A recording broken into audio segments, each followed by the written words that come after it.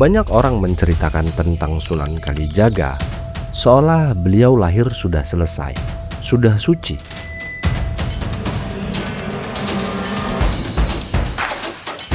Beliau pernah berdiri di satu titik, merasa yang paling benar, tapi justru paling jauh dari kebenaran.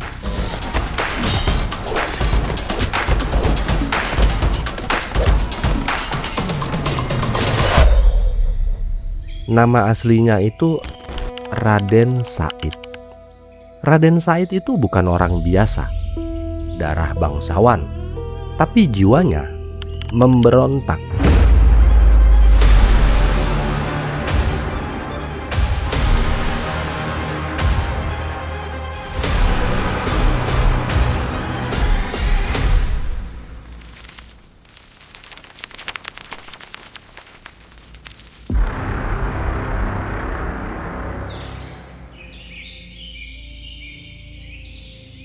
Raden Said lahir di Tuban dari keluarga bangsawan. Ayahnya itu seorang penguasa. Lingkarannya dekat dengan kekuasaan. Jadi sejak kecil hidupnya cukup, gak pernah kekurangan. Tapi ada satu hal yang gak bisa beliau abaikan. Di luar rumahnya keadaan berbeda. Rakyat diperas, upeti ditarik terus.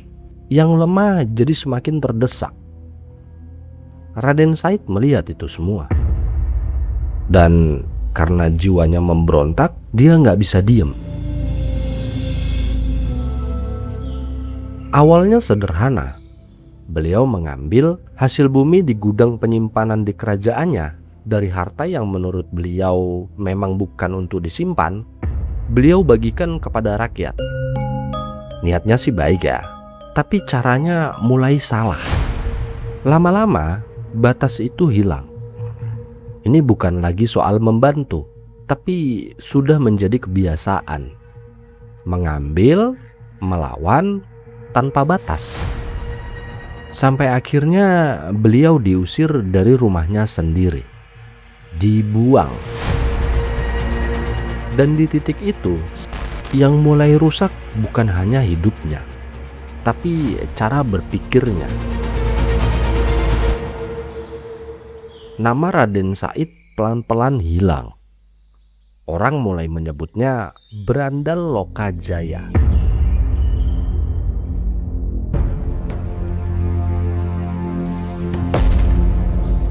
Beliau hidup di luar aturan, menghadang orang lewat, mengambil hartanya, merampok orang-orang yang kaya lah.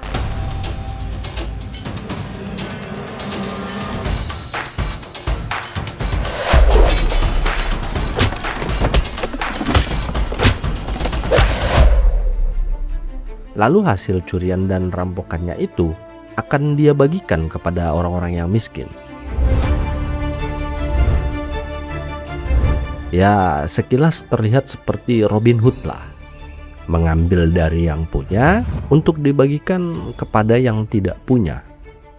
Terdengar benar, tapi hidup kan nggak sesederhana itu. Awalnya mungkin tentang membantu, namun perlahan arahnya berubah. Bukan lagi sekedar soal orang lain, tapi tentang dirinya sendiri. Beliau mulai terbiasa mengambil, terbiasa melawan, terbiasa merasa bahwa caranya itu benar. Dan tanpa disadari, cara itu mulai menyerupai yang dulu dia tentang, yang dia nggak suka, yang dia benci lah. Disitulah jebakannya. Kadang kita merasa sedang membela kebenaran, padahal yang kita jaga hanya keyakinan kita sendiri.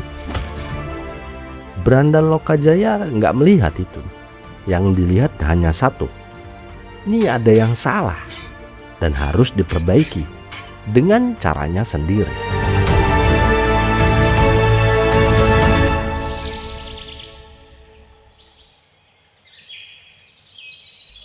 Sampai akhirnya Raden Said bertemu dengan Sunan Bonang.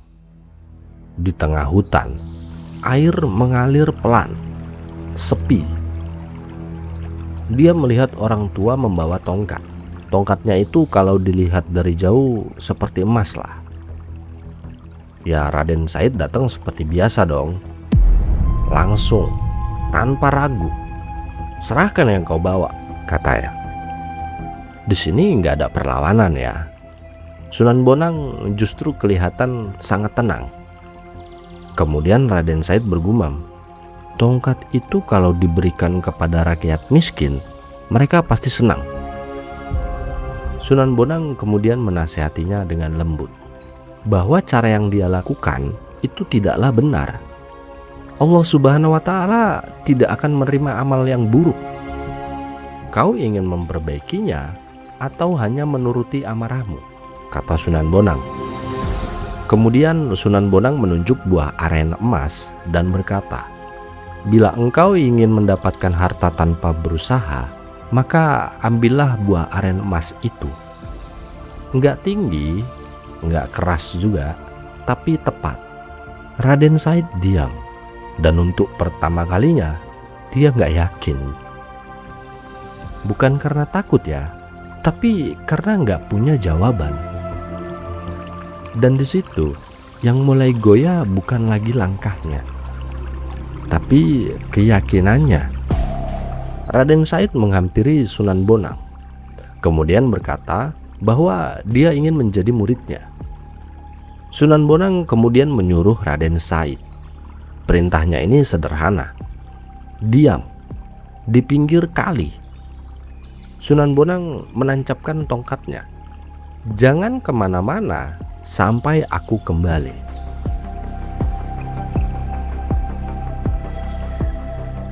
Raden Said lalu melaksanakan perintah tersebut. Ya, bagi orang lain mungkin ringan ya. Tidak untuk Raden Said. Beliau yang terbiasa bergerak dipaksa berhenti. Hari berganti, air terus mengalir. Tidak ada yang berubah di luar. Yang berubah itu di dalam.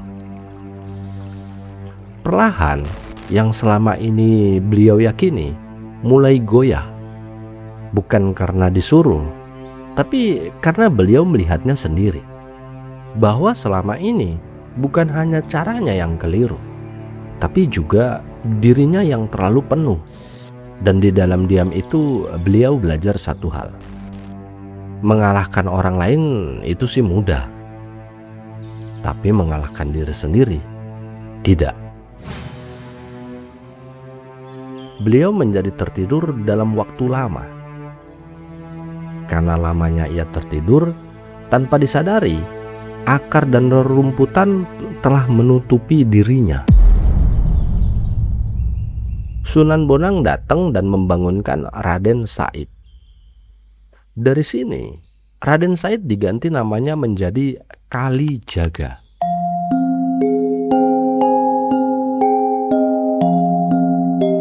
Lalu diberikan pakaian baru dan diberi pelajaran agama oleh Sunan Bonang.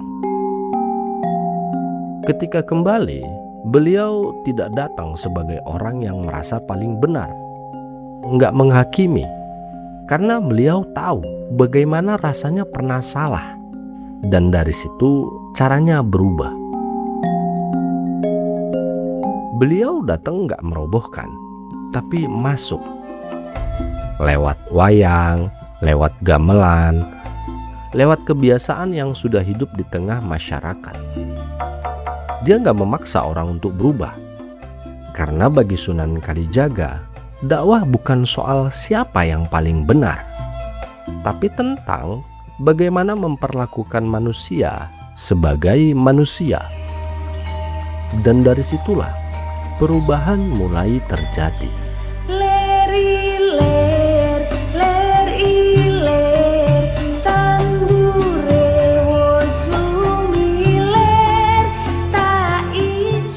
Sunan Kalijaga wafat sekitar tahun 1513. Beliau dimakamkan di Kadilangu, Demak. Yang tertinggal dari beliau bukan sekedar nama, tapi arah. Arah yang lahir dari perjalanan hidupnya sendiri, yang pernah berjalan tanpa batas, lalu belajar menahan diri. Kalau kamu ke makam beliau, hingga sekarang ramai orang-orang datang dari seluruh Indonesia. Tempatnya sederhana, nggak banyak yang berubah, tapi tetap hidup.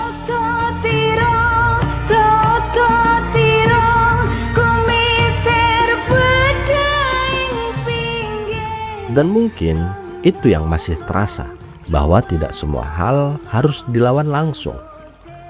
Kadang yang dibutuhkan bukan benturan, tapi kesabaran untuk masuk pelan-pelan.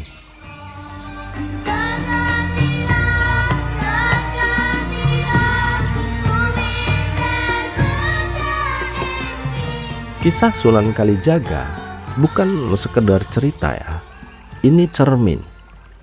Dan masalahnya, kita sering menghindar. Kita gampang menunjuk yang salah, gampang marah, gampang merasa di pihak yang benar, tapi hampir nggak pernah memeriksa diri sendiri. Kita bicara soal keadilan, tapi cara kita sering sama kerasa. Kita bicara soal kebenaran, tapi jarang bertanya, apakah kita udah benar? Dan mungkin yang kita lakukan selama ini tuh bukan memperbaiki, tapi hanya membenarkan diri sendiri. Kepada saudara-saudara, MBG bermanfaat atau tidak? Jadi pertanyaannya, yang kita lakukan selama ini itu beneran memperbaiki atau cuma nyalurin emosi doang?